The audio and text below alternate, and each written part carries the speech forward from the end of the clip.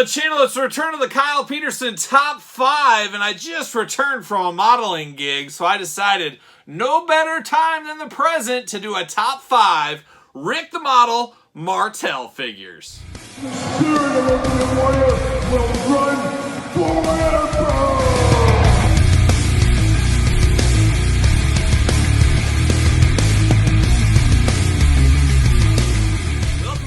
Kyle here, and welcome back to the channel for another edition of the Kyle Peterson Top 5, a Thursday tradition here on the channel. As every single Thursday, we're counting down my top 5 or top 10 favorites of something, and this week, we're back with another top 5 list, and today we're counting down my top 5 Rick the Model Martel figures of all time, or more specifically, just Rick Martel, as he is an all-time great, as most of us know that are familiar with his work. Been around a long time, but one of those guys that kind of just said, you know what, I'm done with wrestling. I have moved on. I think he's a realtor up in Canada at this point. Does very few signings, very few wrestling things in 2023 as we're filming this. But one of the all-time greats, of course, former AWA champion, WWF Tag Team Champion as a member of Strikeforce, a guy that was definitely around in the heyday of wrestling in the 80s and early 90s, and had a late resurgence as well in WCW, feuding with Booker T over the TV title, matches like that. So definitely an all-timer out there, and one of the characters from the 80s that I always felt deserved an Intercontinental title run. I think he would have been a great Intercontinental champion somewhere in there. Of course, had his big match with Shawn Michaels. Definitely a cool one over the years for me. Never my favorite guy, but a guy I always respected. Always knew there'd be a good match. Always figured he had a good chance at winning. Very believable for what he was, and just perfect for that Intercontinental title scene back in the 80s and early 90s as well. And of course, we're going to do this top 5 list like we do all the other ones here on the channel. We're going to start at number 5. We're going to work our way to number 1. And remember, always remember, this is my list. It's right, because it's my list, but your list can be in the comments down below, and that's your list, so that's going to be right. So make sure you put your list in the comments down below. But without further ado, let's kick it off, and let's take a look at the top 5 Rick Martel figures of all time. We kick off the Rick Martel top 5, and number 5, we go to one of my all-time favorite lines. We go to the Jakks Classic Superstars line. We go to the 2-pack Toys R Us exclusive series for a little Strikeforce with Strikeforce Rick Martel, of course, partner Tito Santana. We all love Tito. Oh, Tito Arriba. To this day, never forget. But Rick Martel, more Shawn Michaels to Tito's Marty Jannetty in the Strikeforce breakup, if you ask me. Rick Martel walked out on Tito, let Tito just lose the fall and lose hearts of many, of course, along the way. And Tito eventually became El Matador, where Rick Martel eventually became the Model. And that's where he had his biggest claim to fame in the WWE, WWF, technically back then.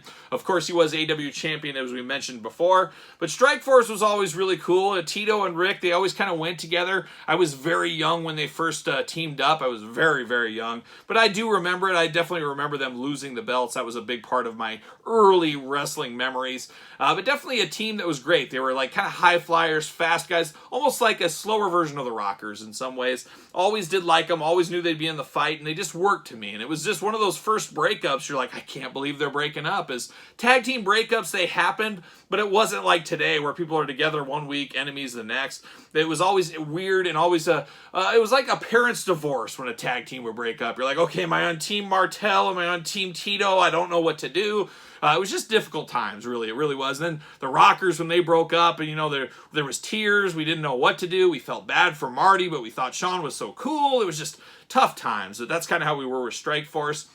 But I was very happy we got Strikeforce represented in the Classic Superstars line in the 2-packs. Of course, easy repaints for these ones. I wish they matched a little bit better. That's neither here nor there at this time. But very cool to get a Strikeforce representation in the Classic Superstars line, as it was a big part of his career, if you ask me, along the way. So coming in at number 5, 2-pack Jakks Classic Superstars Toys R Us exclusive, Rick Martel Strikeforce Edition. All right, we're at the number 4 spot in our top 5 Rick Martel countdown. And number 4, once again, we return to the Classic Superstars line. This time we go to Classic Superstars Series 14, the single card sets, for truly Rick the Model Martel. Definitely a cool one. Of course, later re-released in a 2-pack with Jake the Snake Roberts. Different gear, purple instead of pink here. But when I think of Rick Martel as the Model, I always think of him in either purple gear or pink.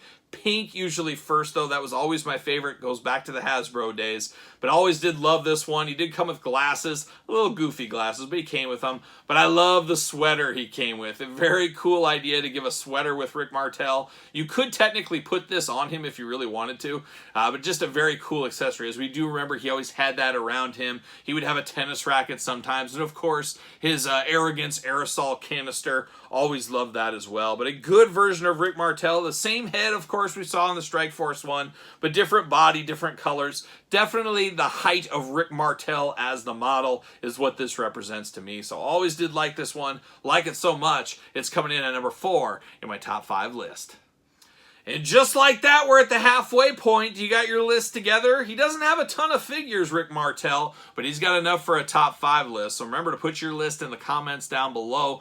It'll be interesting to see your guys' order out there. But number 3 is a special one. It is technically my first ever Rick Martel figure. And I got a little story time with Kyle for this one. What time we talking about? Who are we talking about? We're talking about Rick Martel. We're talking about Strike Force LJN Edition. And of course, Strike Force, we talked about earlier, had him in the Class Superstars line, but they are also a 2-pack in the LJN line. He has a solo card as well. But definitely Rick Martel, this was my first incarnation, first time playing with him, and I gotta say, a great playability figure. Not all LJNs were created equal, as we do know, but this was a great one. He could do drop kicks, clotheslines, he could poke you in the eye, he could point at you, he could punch you, he could do pile drivers, suplexes, hip tosses. He could do everything. A very versatile figure, which is great when you're a kid trying to play with these figures. So very enjoyable from an action figure department, but also enjoyable as a character at the time. Represent all those Strike Force battles as a kid, and then the eventual breakup as a kid as well. They had Tito and him squared off many a time as a little kid for me. I'd even bust out the old LJN cage from time to time. But I always remember whenever I think of this Strike Force figure here is a lot of the LJN figures did not hit my area, or I missed them, or what have you, for whatever reason. There was always the Outback Jacks, the Slicks. A lot of the managers were always on the shelf.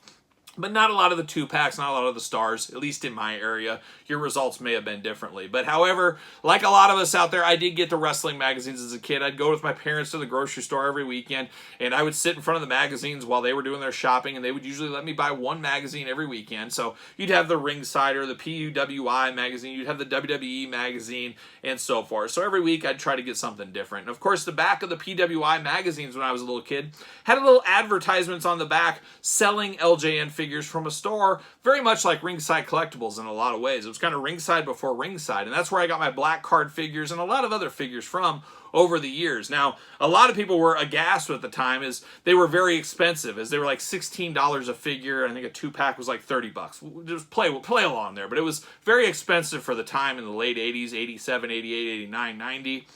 Very expensive out of those magazines. So it was one of those things, but it's no different than today. Ringside has an upcharge because you're guaranteed to get it and you're going to get it early. That was kind of what happened with that magazine as well. But my dad was very nice, of course, and we got a lot of things out of the mail. And I remember we would sit down, okay, Kyle, you can order a couple of things. Let's go through. And this is back in the day where you had to cut it out of the magazine. You'd have to exit with a pen. You'd have to insert a check, and you'd have to mail it in the mailbox. Yes, those were the days.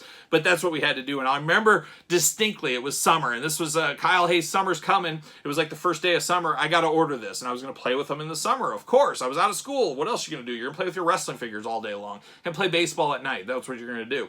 But my dad cut it out. We did it. We put our order in, and I remember putting it in the mailbox that night. And then the next day, I knew the UPS guys who delivered these things. The next day, there's the UPS truck on the street. I'm like, oh my gosh, he's probably got my Strike Force. And me being dumb little kid at the time, I'm thinking it was in the mailbox, it was picked up, I'll have this order in like 2 days. Little did I know is I'd have to go all the way to like halfway across the country, have to get processed, make sure the check clears, all that stuff. A couple days of handling time, put it in there, 4 or 5 days, a week in the mail, whatever it was at the time.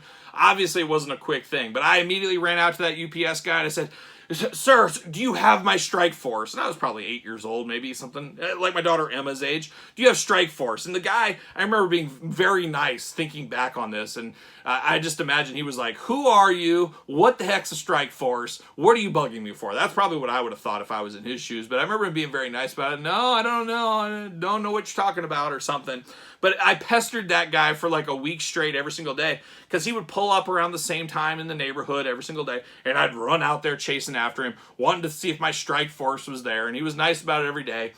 Until that fateful day, my strike force finally came. But I always remember that when I think of this. And I remember how dumb I was as a kid that, hey, I'm going out there bugging the UPS guy every single day. Do you have strike force? Like, he knows who I am. He knows my address by heart. He knows what strike force even is. He knows what's in these packages. Man, I was a dumb kid. What was I doing? Man, happens to the best of us. We all got dumb kid stories along the way. But I did eventually get the strike force, and all was right in the world that fateful summer. No doubt about it. So coming in at number 3, Strike Force, LJN, Rick Martel. Dangerously close to number 1, and you can't have a number 1 without a number 2. And number 2 for me, this might be number 1 for a lot of people, but it's number 2 for me. We're going to Mattel. We're going to Legend Series 5. We've got Rick the Model Martel, and as of this video, this is the last Rick Martel figure we have received. Definitely, we need a lot more Rick Martels. There's probably 4 or 5 different Mattel ones they could make. I could see this in a future update as a greatest hits line. There's so much they could do. Obviously, for whatever reason, we can't get Rick Martel figures at the time.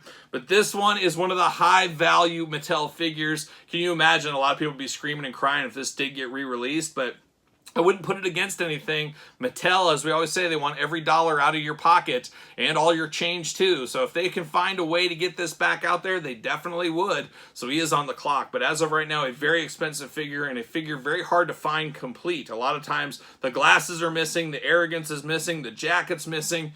You name it, he's scuffed up. This is an older figure. It's seen some things. It's over 10 years old at this point, but it definitely still holds up. That's why it's number 2 for me.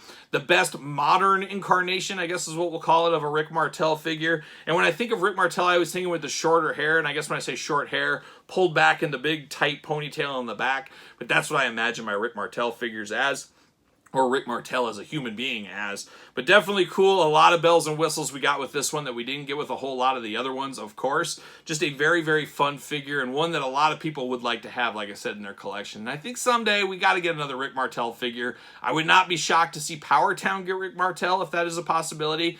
He does have those AWA connections with the old Greg Gagne, of course. So we'll see what ends up happening with Rick Martel. But this one, a very famous one, a very cool one I'm happy to have in my collection, and one that is number 2 in my top 5 list. But now we're coming to the end. We're at the number 1 spot. Any guesses to what it is? Stay tuned. The time has come. The time is now. We're at the number 1 spot in my top 5 Rick Martel figures of all time. Once again, make sure you put your list in the comments down below. Of course, don't forget to like this video, and don't forget to subscribe to this very YouTube channel. We got videos every single day and then some, and we got a ton of top 5, top 10s for you to check out in the old playlist section, and every single Thursday we have a brand new one for you guys to check out. And the next one may be a top 10, so stay tuned to that on the channel. Make sure you do subscribe, and check out the Patreon for early access to this video and all the other videos, bonus content, exclusive content, Q&As, giveaways, you name it, a ton of stuff going on in the Patreon. And best of all, you do support the channel and all the content this channel does bring. But now we are at number 1. Who is it? I'm sure you guys can do the simple math and figure out who's number 1. Well, it's pretty easy to figure out. From Series 5, Hasbro, Rick the Model Martel, an all-time great figure. And Rick Martel, never my favorite, but a guy I always respected. However, you gotta respect the figure, because we know that some Hasbros were better than others as far as playability. And Rick Martel, he got the Macho Man body style. I am here for that. That is one of the greatest playability figures ever, is the first Macho Man figure. We got Rick Martel in this. We got Marty Jannetty. We got Shawn Michaels. They gave this out a few times, and that was just a very good one to play with, very easy to play with, and that made this figure a little bit more enjoyable than he normally would have been. And it's one of those things where, like I said, Rick Martel's not my favorite, but he was at the top of my figure fed as a kid because of the playability, and sometimes we get that. Some of the LJNs back in the day, this guy might not have been your favorite, but he was fun to use to play with, so he was at the top of the card, or maybe he was at the bottom of the card, and that's kind of how Rick Martel was for me in my Hasbro playing days. Always enjoyed this one. I remember some of my figure feds back in the day as well.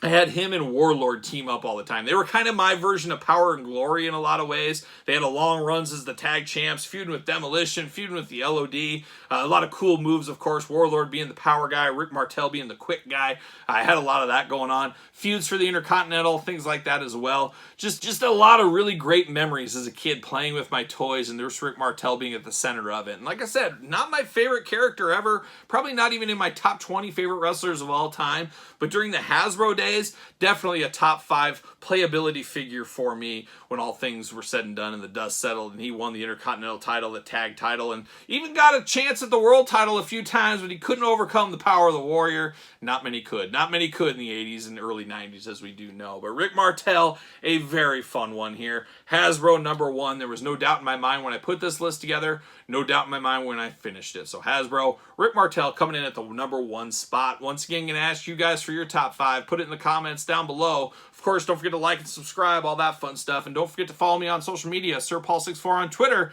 Instagram, _Kyle_Peterson. So for Rick, the model Martel, I am Kyle, and I'll see you guys all real soon.